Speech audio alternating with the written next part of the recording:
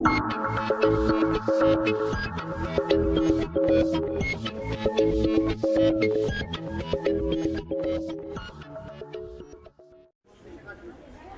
पढ़ना ठीक रहेगा ना। ठीक है, टॉपिक है साहित्यकारों का सदन मानता है कि एक स्त्री साहित्यकार ही अपने जीवन अनुभव को लेकर स्त्री साहित्य लिख सकती है। संदर्भ है, ठीक है। साहित्यकारों के सदन का मत है कि साहित्य के लिए भोगा हुआ यथार्थ आवश्यक है। दोनों टीम्स ने बहुत निराश किया जब एक बार भी स्त्री का जिक्र ही नहीं किया। बताइए, किया कि स्त्री साहित्य, स्त्री विमर्श, पुरुष द्वारा लिखा गया स्त्री के बारे में चित्रण, स्त्री ने अपना कुछ लिखना शुरू किया, कुछ भी नहीं बोला, एक शब्द स्त्री के बारे में नहीं आया। दोनों टीम्स ने कुछ नहीं बोला, जबकि संदर्भ ये बता, जब संदर्भ ये दे दिया कि भाई स्त्री साहित्यकार की बात कर रहे हैं, तो उस डिबेट में हमें आना चाहिए कि एक स्त्री के रूप में स्त्री के जो अनुभव हो रहे हैं उसके बारे में लिखना है। आप लोग दलित तक पहुंच गए, आदिवासी पहुंच गए, है ना, लेकिन स्त्री तक नहीं पहुंचे। ठीक है, चलिए तो अब जो है डिबेट की बात करते हैं। तो देखिए, साहित्यकार जब लिखेगा और वो ये कहेगा कि उसके जो भी साहित्य लिखा जाए उसके लिए भोगा हुआ यथार्थ जरूरी है, तो इसके लिए जरूरी ये है कि भोगा हुआ यथार्थ क्यों जरूरी है। ठीक है, और फिर साहित्य की जो डेफिनेशन है वो भी मैटर करती है। जैसे आप कुछ और भोग रहे हैं, मैं कुछ, जैसे हम लोग अगर पढ़ेंगे तो हम लोग एक साहित्य पढ़ेंगे। साहित्य का मतलब ये होता है कि जो ज्यादातर लोग पहुंचे और ज्यादातर लोग उसको पढ़ रहे हो या अपने आप को रिलेट कर रहे हो ना। रिलेट करने का मतलब ये है ज्यादातर लोग उसको पढ़ रहे हो और एक दृष्टि से पढ़ने की कोशिश कर रहे हो, ये होता है साहित्य।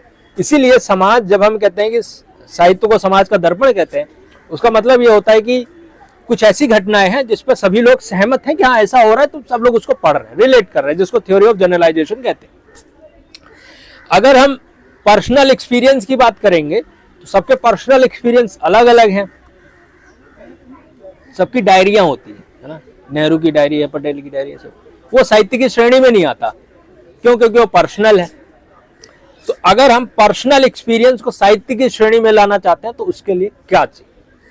ठीक है, ये चीज हमें डिबेट में लेकर आनी थी और ये मुख्य भार था पक्ष का, क्योंकि पक्ष ये कह रहा है कि भोगा हुआ यथार्थ जरूरी है। भोगे हुए यथार्थ का मतलब ये है, अगर मैं यहाँ बैठ के ठंडी अनुभव कर रहा हूँ तो ये मेरा पर्सनल एक्सपीरियंस, किसी को नहीं हो रहा है। ठीक है, तो मैंने लिखा, दूसरे ने लिखा, तीसरे ने लिखा। अगर हम पर्सनल एक्सपीरियंस पर लिखने के लिए जाएंगे, भोगे हुए यथार्थ पर जाएंगे, तो आप किस भोगे हुए यथार्थ की बात कर रहे हैं ये आपको बताना था, है ना। जैसे पर्सनल एक्सपीरियंस की बात कर, सपने, अब सपने सब लोग देख रहे हैं, सपने पर्सनल एक्सपीरियंस है, वो साहित्य का पार्ट नहीं हो सकते। कैसे नहीं हो सकते ये बता रहा हूं आपकी डेफिनेशन से। जैसे आपने कहा ज्यादा से ज्यादा लोगों तक पहुंचना है, आपने कहा ना, नेता पक्ष ने कहा ज्यादा से ज्यादा लोगों तक पहुंचना है। अब ज्यादा से ज्यादा लोगों तक तो हम तभी पहुंचेंगे जब हम ऐसा कुछ लिखेंगे जिसमें सभी लोग अपने आप को रिलेट करेंगे और सभी लोग अपने आप को जोड़ने की कोशिश करेंगे। अगर हम कुछ ऐसा लिखेंगे जो कि मेरा सिर्फ मेरा है, तो लोग वो कैसे जुड़ेंगे? ये बात है ना।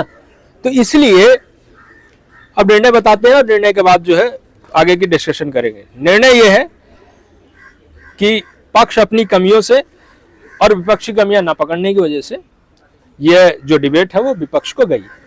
ठीक है, वो कैसे? जब आपने ही कह दिया कि ज्यादा से ज्यादा लोगों तक पहुंचेंगे, आपके इस पॉइंट को पकड़कर वो कह रहे हैं कि हम ज्यादा लोगों को रिलेट कर पाएंगे।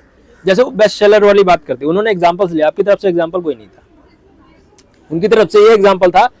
जैसे उन्होंने एक बहुत अच्छा आर्गुमेंट दिया जो कि लगा कि आना ही चाहिए था, या आप कह सकते हैं कि उस तरह सोचा तब आया। जैसे जो बायसनेस वाली बात है ना, पर्सनल बायसनेस हम तब हो सकते हैं जब हम जानते हैं।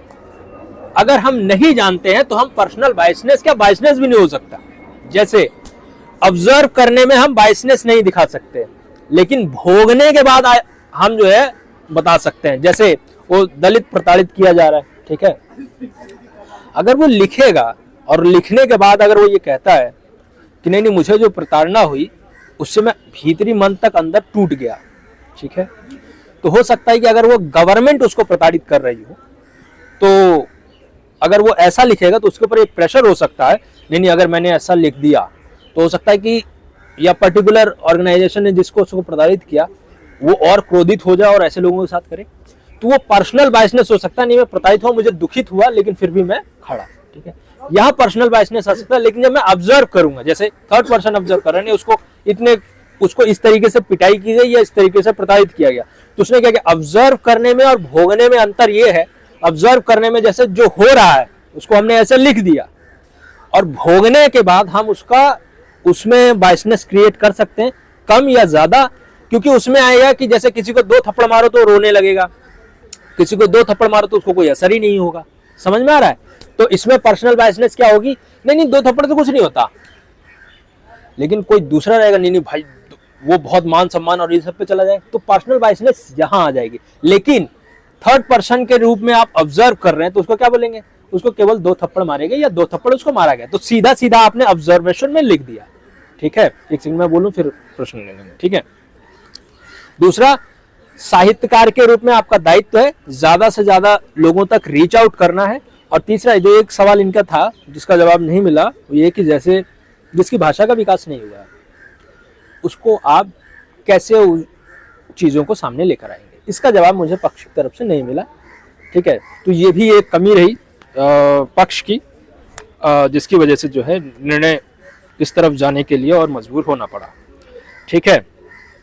एक क्वेश्चन और पूछा गया आपसे, अगर रिलेट कर पा रहे हैं तो क्या वो लिखें, उधर से रिलेट कर पा रहे हैं मतलब ज्यादा से ज्यादा लोग कर पा रहे हैं। और दूसरा, आपने सपने को कैसे एक्सपीरियंस बता दिया, क्योंकि सपना, इन्होंने उसका जवाब दे दिया कि सपने में जो मैं देख रहा हूं वो ऑब्जर्व कर रहा हूं, एक्सपीरियंस नहीं कर रहा हूं, क्योंकि एक्सपीरियंस करने का मतलब होता है वो याद भी रहेगा, क्योंकि एक्सपीरियंस क्या होता है, घटित हो रहा है ना, पूरा अंदर तक ये मन मस्तिष्क में स्मृति में समा जाएगा।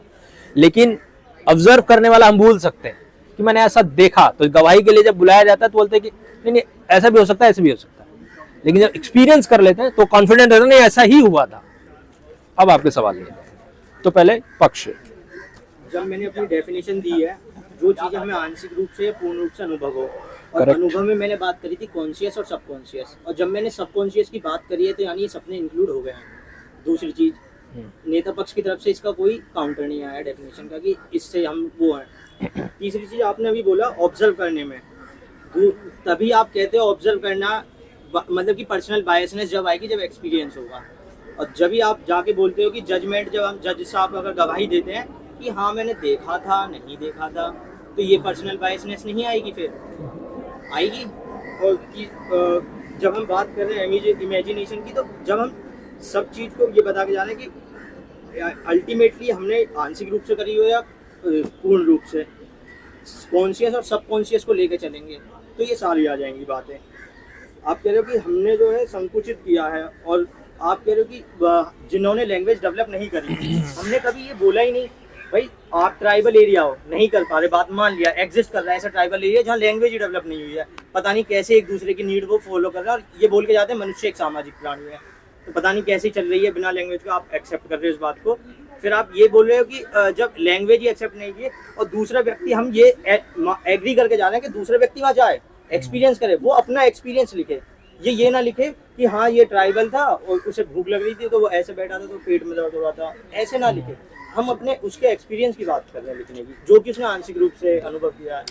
नहीं, इसमें देखो जो आप बोल रहे हैं ना कि सर मैंने तो ऐसा कहा और तो ये, अरे तो ठीक है ना, देखिए आप साहित्य की एक डेफिनेशन देंगे पक्ष के रूप में, विपक्ष के रूप में वो भी एक डेफिनेशन देंगे, है ना, वो भी एक डेफिनेशन देंगे।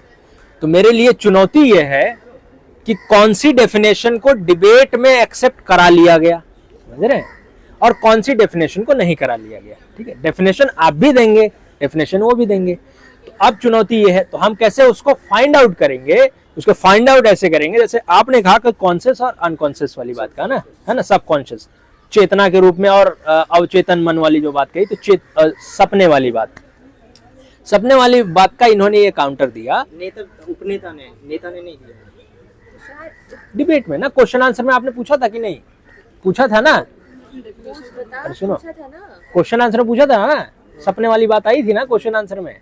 तो क्वेश्चन आंसर में जब ये कह रहे हैं सपने में जो मैंने देखा वो मैंने ऑब्जर्व किया, वो मैंने भोगा नहीं है ना, क्योंकि भोगने में स्मृति पर छाप छिड़ती है और ऑब्जर्व करने में नहीं छिपती है, समझ रहे हैं। तो ये एक्सटेंड कर रहे हैं अपने आर्गुमेंट को, ठीक है, आपने क्या कहा आपकी तरफ से, मतलब पक्ष की कलेक्टिव बता रहा हूं कि आपने उस पॉइंट को रखा लेकिन उसको और विस्तार नहीं दिया है। ठीक है, आप ये कहकर चले गए हैं जैसे यथार्थ पर बेस्ड होगा तो बायसनेस नहीं होगा। तो कैसे नहीं होगा? क्योंकि आप रियलिटी पर बेस्ड करेंगे तो कैसे बायसनेस नहीं होगा? इसको एक्सटेंड करना, आर्गुमेंट को एक्सटेंड किया जाता है। 4 पॉइंट बोले जाए, जब तक हम एक्सटेंड नहीं करेंगे तब तक नहीं होगा।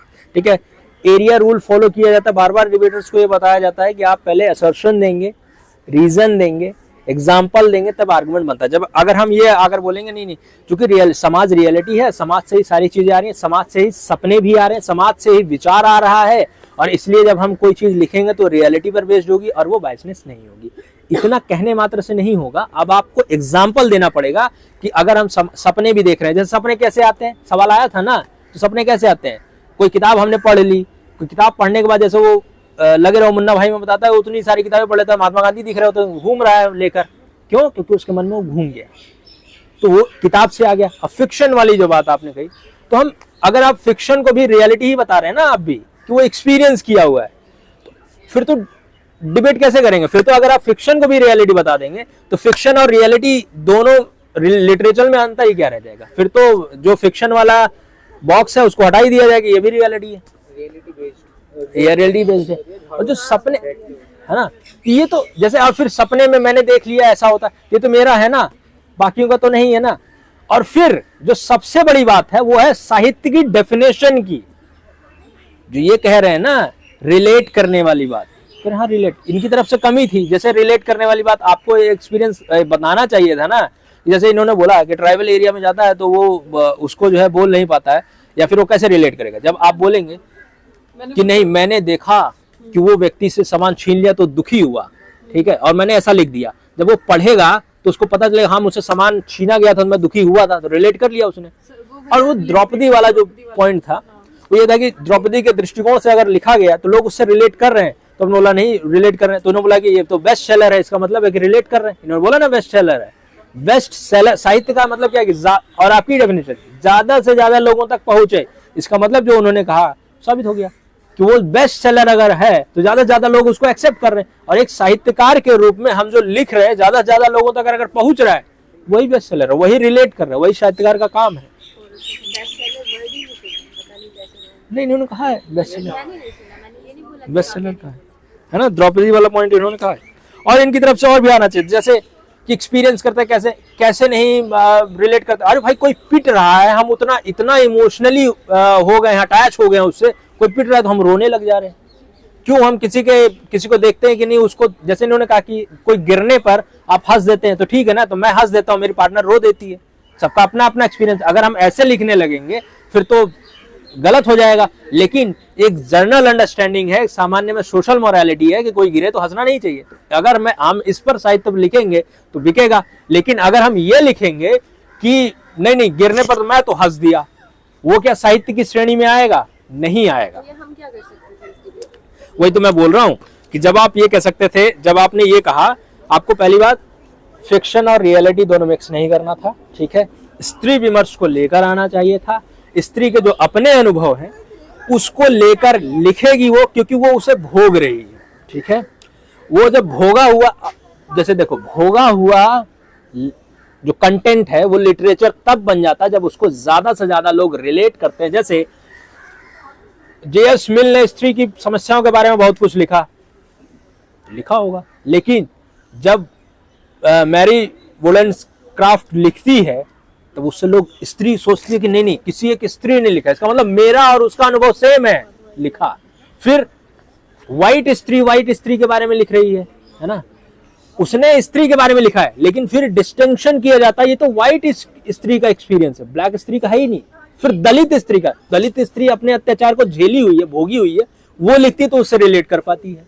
तो समझ रहे हैं? जो यहाँ पे आवश्यकता की बात थी, तो यहाँ पे एक्सक्लूजन फैक्टर क्या करते? क्या हमें फिक्शनल को बिल्कुल एक्सक्लूड कर देना चाहिए? देखो रियलिटी और फिक्शनल में अलग, बिल्कुल फिक्शनल हमें नहीं जाना था, क्योंकि हम जब देखो नहीं लिटरेचर है, लेकिन इसकी आवश्यकता बताने की क्यों लिखना है? क्यों? देखो कुछ फिक्शनल लिखेंगे, हम लिखने पर प्रतिबंध नहीं लगा सकते ना। लेकिन इसकी आवश्यकता क्यों है, वह इसलिए है क्योंकि जब भोगा हुआ लिखा जाता है वह अधिक से अधिक लोगों को जोड़ पाता है, रिलेट कर पाता है। जैसे अगर एक दलित लिखेगा, है ना, ओम प्रकाश वाल्मीकि जब जूठन लिखते हैं तो सारा दलित समाज उससे रिलेट करता है, क्यों ऐसा मेरे साथ भी होता है, उसके साथ भी रिलेट कर है, उसका वो पर्सनल बता के जाएंगे। मतलब रुडोल्फ कीपलिंग, वो हैरी पॉटर की फिर बेस्ट सेलिंग है, वो तो वाइड। कोई बात नहीं, ओम प्रकाश वाल्मीकि की जूठन भी बेस्ट सेलिंग में जाएगी, वो रिलेट करने वाली बात है। एक समाज के एक तबके को अगर आप रिलेट करा ले रहे हैं ना, तो आपके लिए बेस्ट सेलर है ना। कहने का मतलब एक वर्ग के रूप में, एक चेतना के रूप में जब हम लिखेंगे तो लोग उससे रिलेट करें। लेकिन जिस आप सपने की, जैसे मैं बैठे बैठे मैं देख लूंगा फिर मैंने उसके ऊपर फिल्म बना दी, लिख दूं, वो मेरा एक्सपीरियंस नहीं होगा, वो मेरी कल्पना होगी। कल्पना यथार्थ में अंतर करना था, जो कि आपने मिक्स किया, उन्होंने अंतर किया। ठीक है, थैंक यू।